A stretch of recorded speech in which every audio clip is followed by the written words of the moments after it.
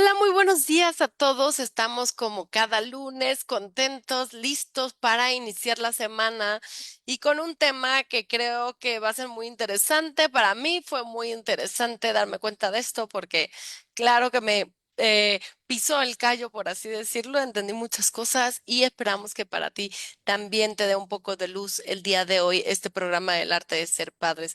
Muchas gracias por ir conectándote a la transmisión, ir empezando a compartir también el programa para que cada vez más personas se unan a la familia del arte de ser padres.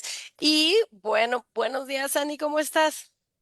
Muy bien, Mariana, muy contenta de estar otra semana más con todos ustedes, iniciando realmente esta semana con un poquito de más información que nos va a abrir una ventana más para entender muchas cosas y principalmente en el tema de cómo construimos realmente nuestras expectativas hacia las situaciones que nos pasan y cómo de alguna manera estamos esperando muchas veces situaciones dentro de nuestras relaciones, principalmente en el tema de ser pareja, que a veces están muy fuera de la realidad, ¿no? Fíjate que uno de los problemas mayores que veo en la relación de pareja es la raíz al inicio de cómo realmente construimos una relación muy idealizada. Una relación que tal vez desde muy pequeños vamos conociendo la vida de lo que es la relación amorosa y la comunicación entre ellos, el vínculo que se va construyendo y junto con eso idealizamos tantas cosas que cuando conocemos una persona y nos sentimos tan identificados, realmente nos conectamos en esa conexión tan amorosa y tan idealizada con esa persona. Y fíjate, justo el día de hoy vamos a hablar de eso. El tema de hoy es el mito del amor romántico. Vamos a comprender como todos esos factores que influyen en la manera que viví, primero en la manera que conocimos el amor y después la manera en la que idealizamos y construimos nuestros paradigmas acerca de lo que queremos, esperamos y creemos que será el amor. Y definitivamente, Ani, el número, la estadística de divorcios, de separaciones, de otras opciones incluso que van surgiendo en el camino, como pues ahora sí como tratar de entender cómo podemos funcionar en la pareja. ¿No? Creo que esta lucha y esta tratar del ser humano de encontrar las respuestas, creo que a veces nos vamos más lejos de hacia afuera y no nos damos cuenta la importancia de poder conocernos y darnos cuenta del tema que vamos a hablar el día de hoy. Vamos a trabajar esto, ¿no, Ani? Lo primero que yo observo es, siempre hablamos como de lo que creemos del amor, pero para mí hay dos partes. Uno, de lo que conocimos del amor y otro es de lo que creemos del amor. Porque con lo que conocimos del amor, yo creo que nunca nos damos cuenta cuál es esa caja ya de inconsciente, porque es totalmente inconsciente, de como de actos, de pensamientos, de emociones, de actos. Sí, como de todo esto, de comportamientos y actitudes frente al amor. ¿Qué quiere decir? Si yo viví con una madre, con un padre que tendían a rechazarme por su propia historia, ajá, por cosas que yo no tengo la menor idea, por sus apegos evitativos, por... Entonces, yo voy construyendo esa parte del amor. Y, por ejemplo, si para mí el amor fue abandono, ujú, eso es lo que me parece más interesante, Ani, de cómo funciona el ser humano, como en esta parte de la mente y el inconsciente. A la hora que yo quiero amarme a mí, ¿qué hago? Me abandono. Ajá. ¿Cómo que me voy a abandonar? Sí, me abandono en el sentido del autocuidado. Ajá. Tal vez no cuido mi alimentación, mis sueños, siempre me dejo al último. Puedo darle a todo el mundo todo lo que quiera, pero a mí no me puedo dar nada. Yo no tengo sentido de vida por mí misma, sino para los demás. Ajá. Y a la hora que yo quiero amar al otro, también lo abandono. Ajá. O me abandono, lo abandono, o por ahí hay una cuestión de abandono. Ujú.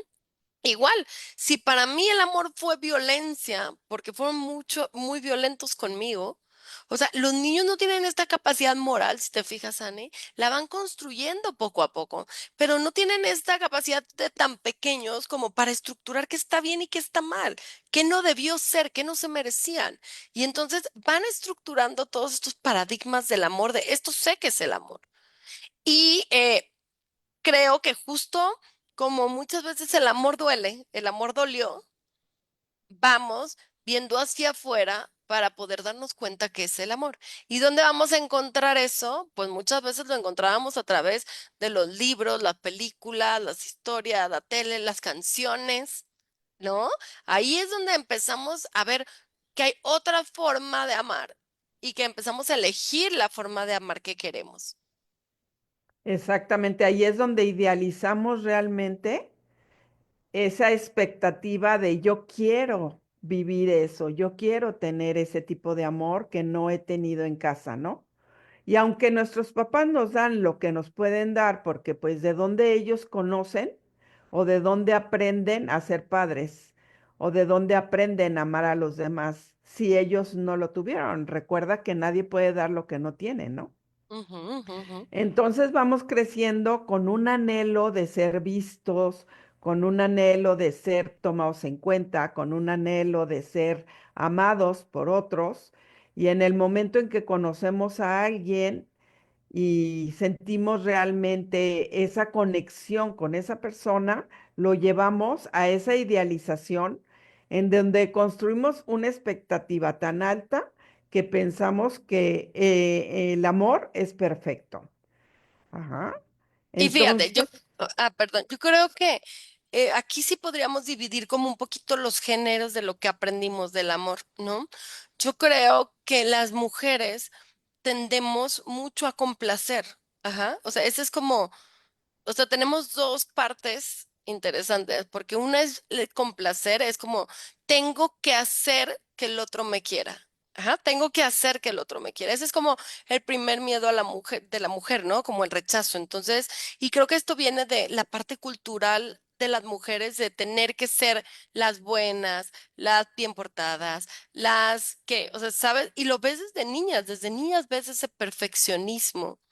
¿No? En las niñas de, no, es que así no debe ser de esta manera, o sea, o no hay que portarnos bien, o sea, sí ves esta parte y creo que es muy cultural de las caricaturas que ven, de las cosas que escuchan, de incluso los ejemplos que ven en otras mujeres, ¿no? O sea, como esta parte que va siendo distinta. Entonces sí creo que por un lado, Ana, y las mujeres tendemos a tener mucho miedo a no ser suficientes en ese sentido y entonces a tener que ver cómo le hacemos para complacer, ¿no? ¿Qué quiere decir? Me imagino que sales a una cita y no estás pensando tanto en que quieres conocer a la otra persona. Más bien estás pensando si le gustas o no le gustas, ¿no? O sea, sabes, como en esta cuestión. Y por otro lado, en las mismas mujeres, Ani, he visto ya que, como que ya sé que sabes que le gustas, ya que pasaste ese, ese puente de incertidumbre veo una sensación de voy a cambiar, o sea, como muy inconsciente, ¿eh? Voy a cambiar a este ser humano, lo voy a educar, lo voy a transformar en lo que yo quiero para que me pueda, para que pueda ser mi otra naranja, para que pueda darme eso que yo necesito. Y entonces eso lo vemos en la lucha, ¿no? De este amor romántico de algún día este hombre va a ser el de mis sueños, pero necesito irlo trabajando porque está todavía muy verde, ¿no? es que al inicio el amor romántico nos da todo, ¿sí? Es una relación en donde el otro está presente, atento, siempre cuidando lo mejor para quedar bien con nosotros. Y nosotros hacemos lo mismo hacia la relación con él, ¿no? Entonces, cuando nosotros buscamos esa relación en donde no tuvimos esa atención o ese cariño de los demás, en el momento en que vivimos esos, construimos expectativas muy altas en esa relación. Ujú, ujú. Y de repente, con el tiempo, se nos van abriendo los ojos y nos vamos dando cuenta que esa persona no es tan perfecta y que esa persona también comete errores o esa persona también tiende a desatendernos o tiende a tener conflictos con nosotros. Y hablando del tema de las diferencias y los conflictos, lo primero que hacemos es ver hacia afuera en lugar de tratar de entender qué me está pasando a mí, que no estoy entendiéndome con esta persona, es que el otro no está haciendo lo que yo tenía que, este, lo que yo quería que él hiciera, ¿no? Y al mismo tiempo estamos esperando ciertas cosas que nunca hablamos con esa persona y que tal vez el otro no nos puede dar, ¿no? Yo quiero que me escuche, que me entienda, que me resuelva. Ajá. Y por otro lado, también cómo lo vivimos en casa con nuestros papás, porque muchas veces se van repitiendo esos patrones, ¿no? Claro, tiene que también que ver mucho con el apego. ¿Qué quiere decir? Normalmente una persona con un apego ansioso busca una persona con un apego evitativo. Ajá. ¿Por qué? Porque ese es el punto, Dani. El punto es que, ¿qué tengo que aprender del otro? Ajá. Que por eso lo escogí. Algo en mi inconsciente me hizo escogerlo. Pero a la hora de aprenderlo, de que si los dos lo aprendiéramos, damos el pasito hacia ese apego seguro. Ujú. Pero el problema es que los dos no queremos aprenderlo, queremos hacer las cosas a nuestra manera. O sea, ¿qué quiere decir? El ansioso, en vez de pensar, oye, estoy necesitando demasiado de la otra persona, necesito crear mi mundo independiente, ¿no? Para que sea mi compañero, no que sea, que quiero que sea mi todo, ¿no? Entonces, no, es como, es que tú me deberías de dar más y más y más y más, ¿no? Y también el evitativo en vez de decir, oye, sí quiero una pareja, pero no me estoy comprometiendo, solo estoy pensando en mí, solo busco mi tiempo, mis formas, mi lugar, ¿no? En vez de aprender eso, dice, no, es que tú necesitas demasiado, es que, y se separa más y genera este círculo vicioso, Ani, entre la necesidad y el no te doy. Yo necesito, no te doy, ¿no? Entonces, creo que una parte es esto, y creo que es este ideal, por ejemplo, del ideal del ansioso, de alguien va a llegar a venir a llenarme su ideal, ¿no? Es como, el ideal del ansioso para mí es como esta película del diario de una pasión de Noah, ¿no? Donde el señor, bueno, hasta el último día de los días de esta señora estuvo ahí paciente, amoroso, todo conflicto lo resolvió, o sea, ¿sabes cómo este arquetipo de hombre que va a venir a darte toda esa seguridad, que te va a hacer sentir suficiente, que, o sea, una cantidad de necesidades afectivas, Annie, que tenemos que madurar y dárnoslas nosotros mismos, se las queremos pedir en el otro, ¿no?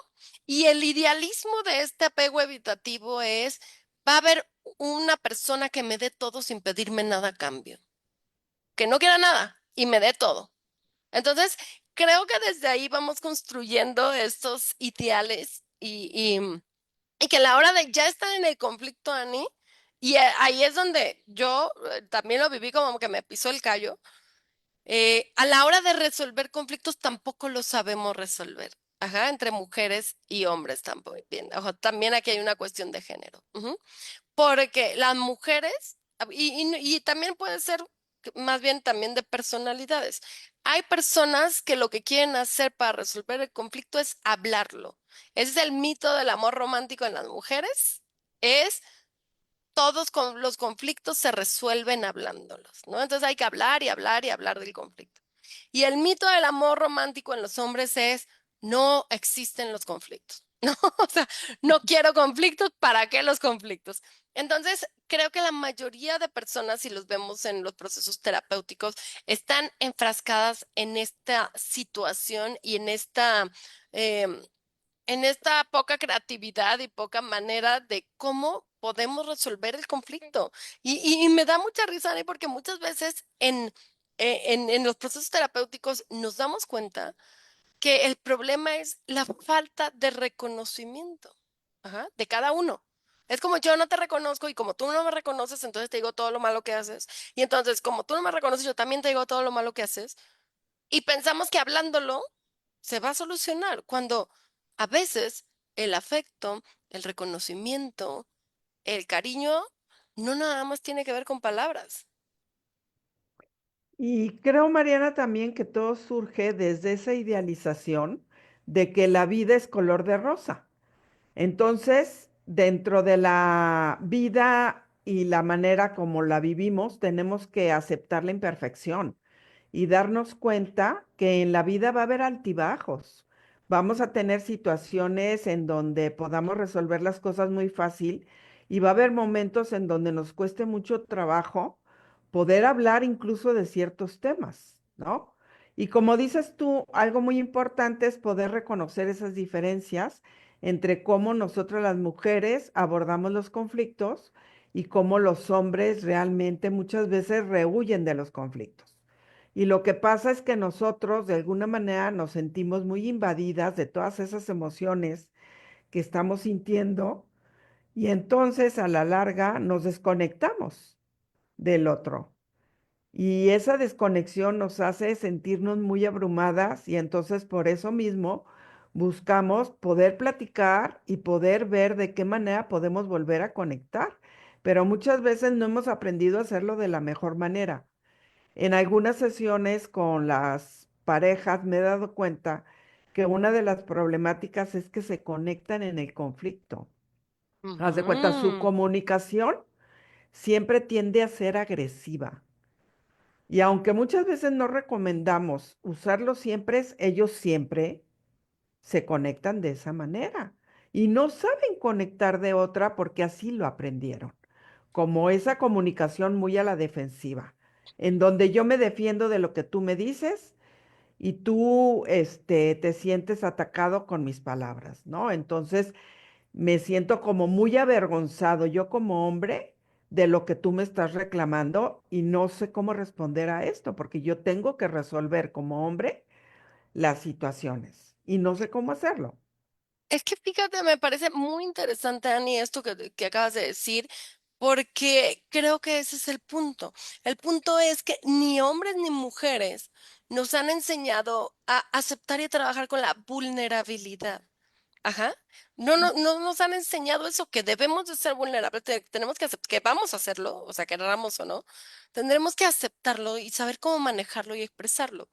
El hombre nunca puede enseñar su vulnerabilidad. Ajá. Hay de ti que enseñes tu vulnerabilidad, porque todos los demás, hombres o mujeres, se te van a venir encima. Ajá. Entonces, cuando el hombre se siente avergonzado, yo creo que ni siquiera el hombre muchas veces puede identificar si esa vergüenza, ujú, por no poder, lo que sea, no poder hacerte feliz, no poder tener una familia armoniosa, no poder económicamente, si ese no poder está siendo por su cuestión de personalidad, Dani, o por cuestión económica y social. O sea, yo creo que ahorita sí tenemos que darnos cuenta que, por ejemplo, ya a nivel estadísticamente es muy poco probable que un hombre pueda sostener solo la economía de toda la familia. Ajá. O sea, eso no tiene que ver con la capacidad de una persona, tiene también que ver con todo pues una situación global económica. Ajá. Entonces, creo que como hombres es muy difícil, Ani, poder darte cuenta qué es lo que, si es de algo que tienes que trabajar tú internamente o algo que es del mundo, pero inmediatamente lo adjudican hacia problemas personales y eso les avergüenza muchísimo, ¿no? Pero como nunca nadie les ayudó a cómo lidiar con esa vergüenza, con la vulnerabilidad, ¿qué es lo que hace una persona cuando se avergüenza? ¿Qué hace un avestruz? Pues mete la cabeza al hoyo. Entonces, ¿qué quiere decir? Me voy a separar emocionalmente, ¿no? O sea, es como, me Me siento retiro. avergonzado, me voy a retirar, exactamente. ¿Y qué pasa con las mujeres? Con las mujeres, cuando sienten esta desconexión, que las mujeres necesitamos esta conexión emocional importante, entonces, ¿qué hace la mujer? A la mujer tampoco se le enseñó a poder ser vulnerable y a aceptar y a poder hablar de necesito. No, tú no necesitas nada porque tú lo puedes todo, supermujer, ¿no? Tú tienes que dar y dar y dar y dar y no necesitar, ¿no? Entonces, cuando necesito, entonces, fíjate qué interesante lo que dijiste. Necesito conexión. Ujú. Y como no la tengo, nos vamos a conectar en el conflicto. O sea, prefiero que me odies a que no sientas nada por mí, ¿no? O sea, prefiero escuchar tus gritos a que no sientas nada por mí. Entonces, tal vez como aprendizaje de vida, pues ahí vamos a generar el conflicto, ¿no? Para estar de alguna manera, Ani, sintiendo algo.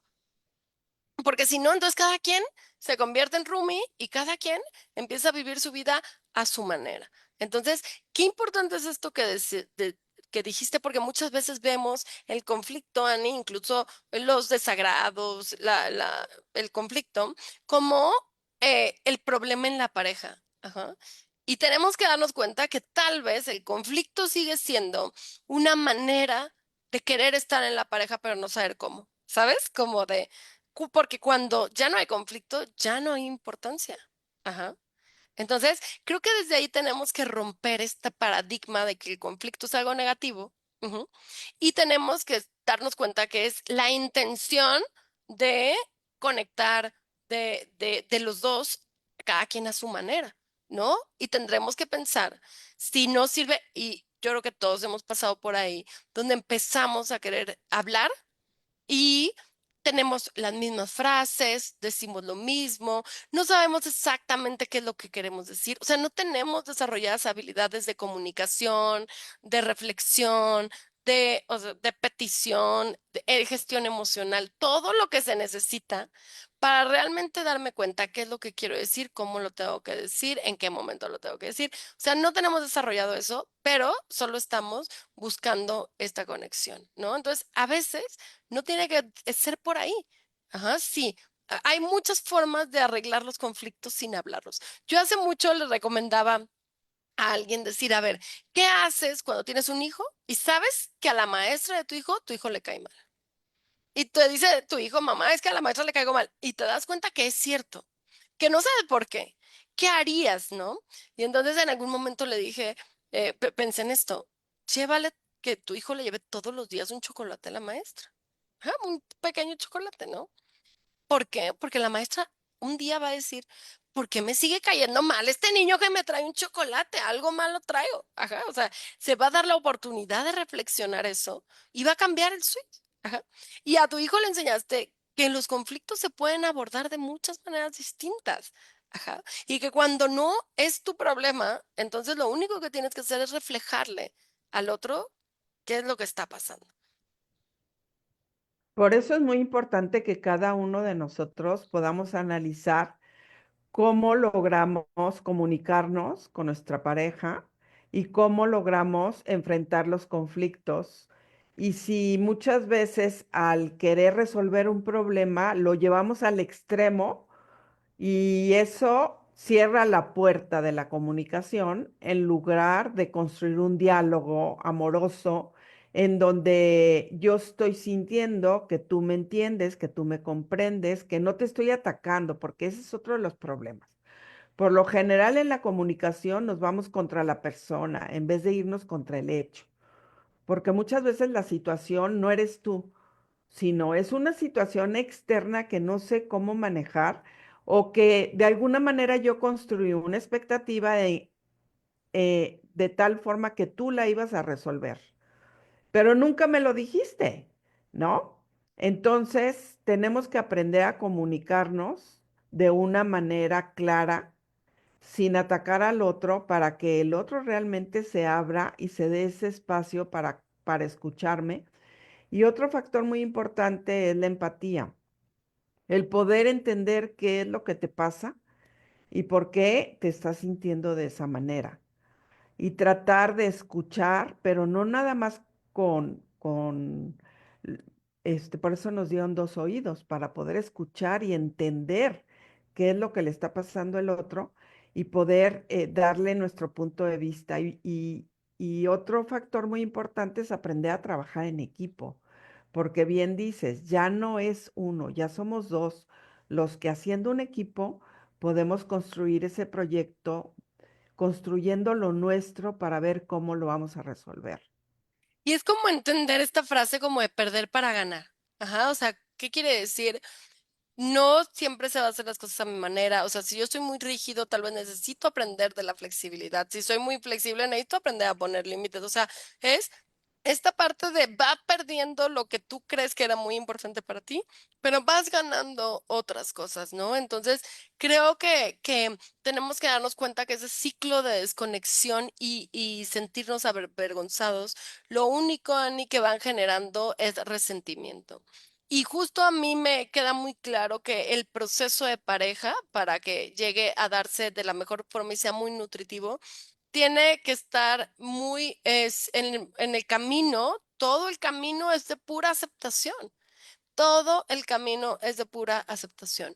Y algunas de las cosas que hacen que no podamos aceptar una situación es el resentimiento, el resistirnos, ajá, esta parte del resentimiento, el resistirnos, la rebeldía, o sea, todo esto va en contra de esos procesos de aceptación. Y ese proceso de aceptación es, quiero que tú puedas ser tú, ajá, no es que te quiera cambiar, no es que quiera que seas distinto, y también yo pueda ser yo. Entonces, ¿cómo vamos a hacerle en esta parte de podernos sentir que el otro nos acepta, incluso acepta nuestras sombras, pero que nosotros nos hacemos cargo de nuestras sombras?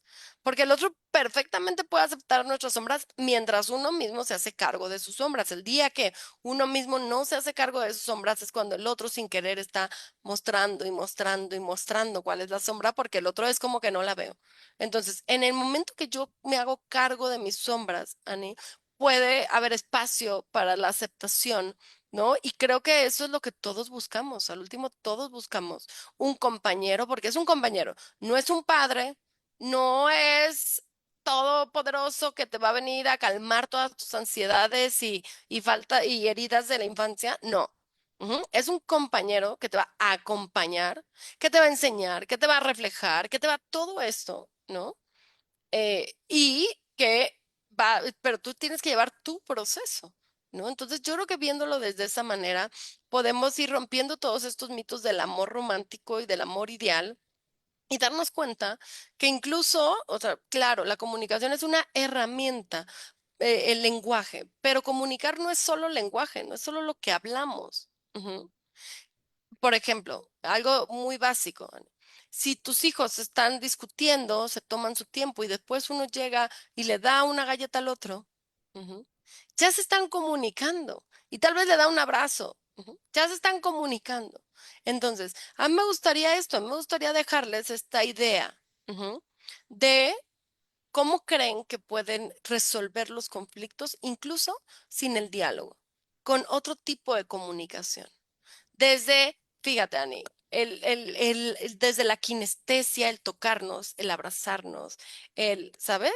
Desde ahí, cuando hay un niño que está muy desregulado, que tiene muchos problemas de regulación emocional, lo primero que tú puedes hacer a cualquier pequeño es tocarlo, ajá, de sus manos.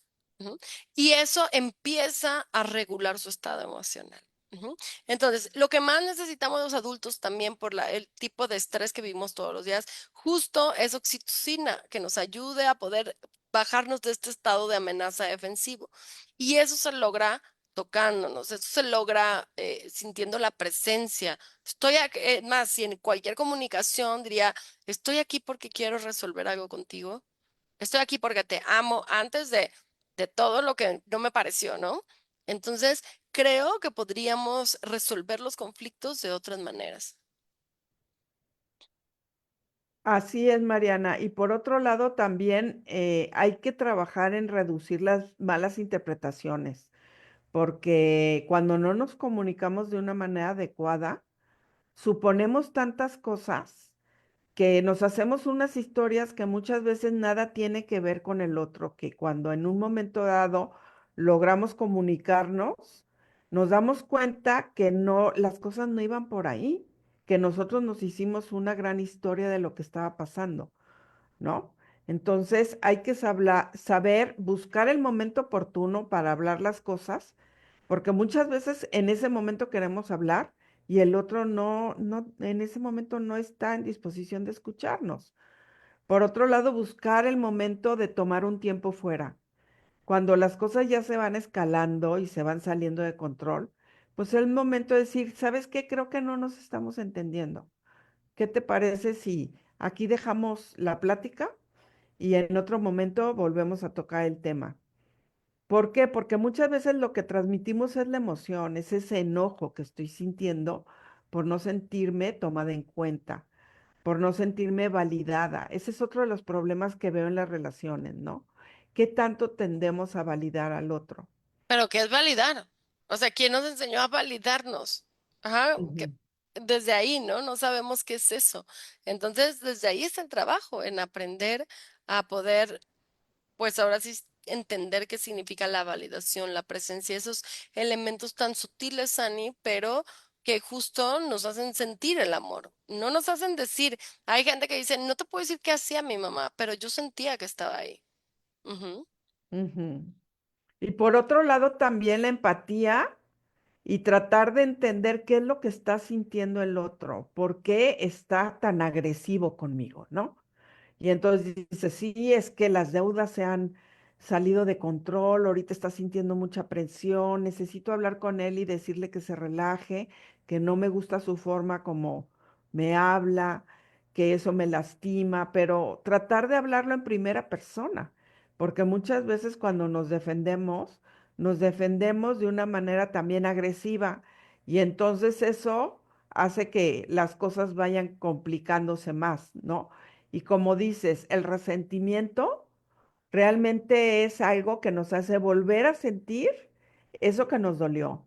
Y cada vez lo hacemos más grande. Entonces, o lo hablamos y lo resolvemos, o cerramos la puerta y subimos un muro en donde ya no puedes penetrar al mundo del otro, ¿no? Porque ya la otra persona se retiró y ya no quiere tener esa conexión con uno. Ese es como esa distancia de la ley del hielo que se vuelve una indiferencia que acaba también matando el amor en la Destruyendo, claro. relación.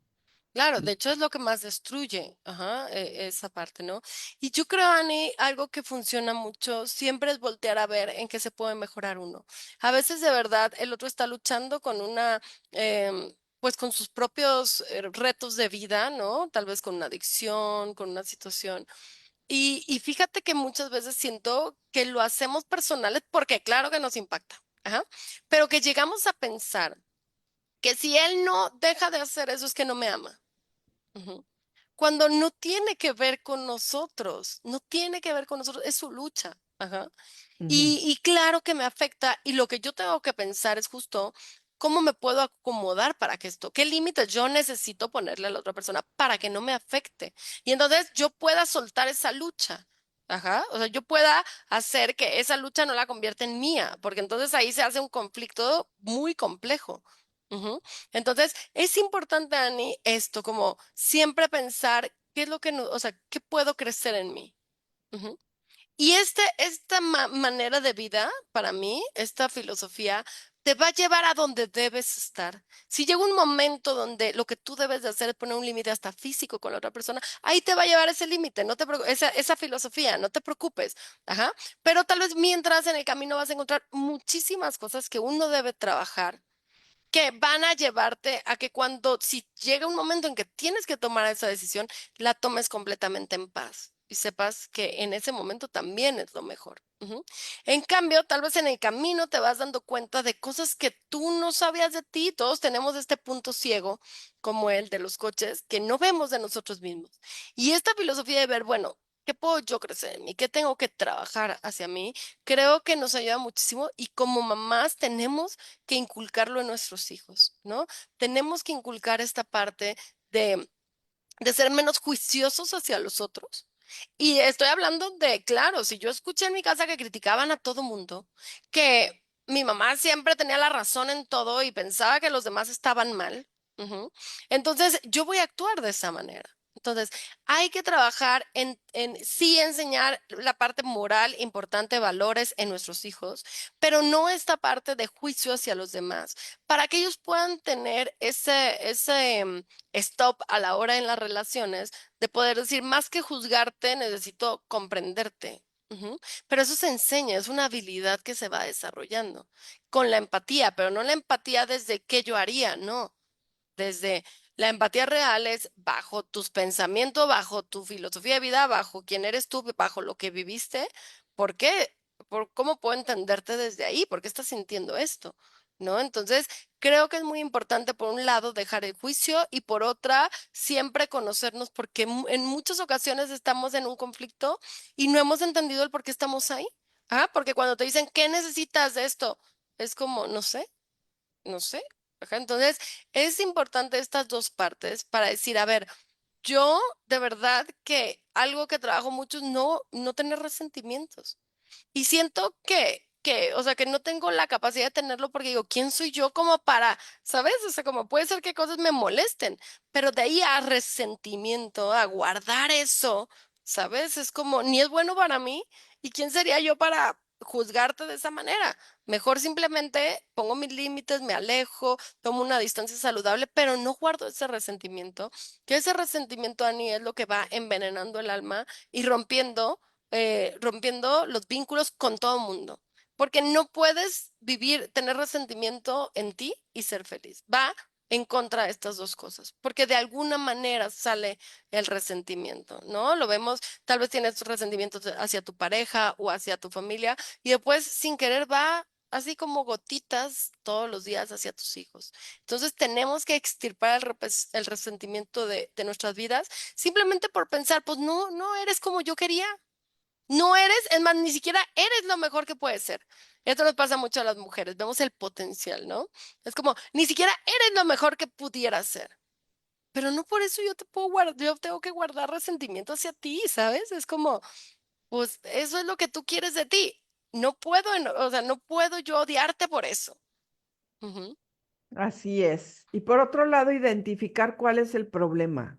Si es un problema o es una situación y cómo lo estamos abordando.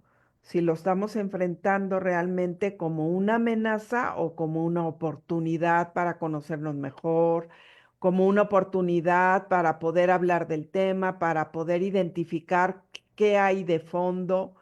Ajá, hay ciertas áreas dentro de la relación de pareja que nos causan muchos conflictos, como el tema del manejo del dinero y también como el tema de la relación con las familias.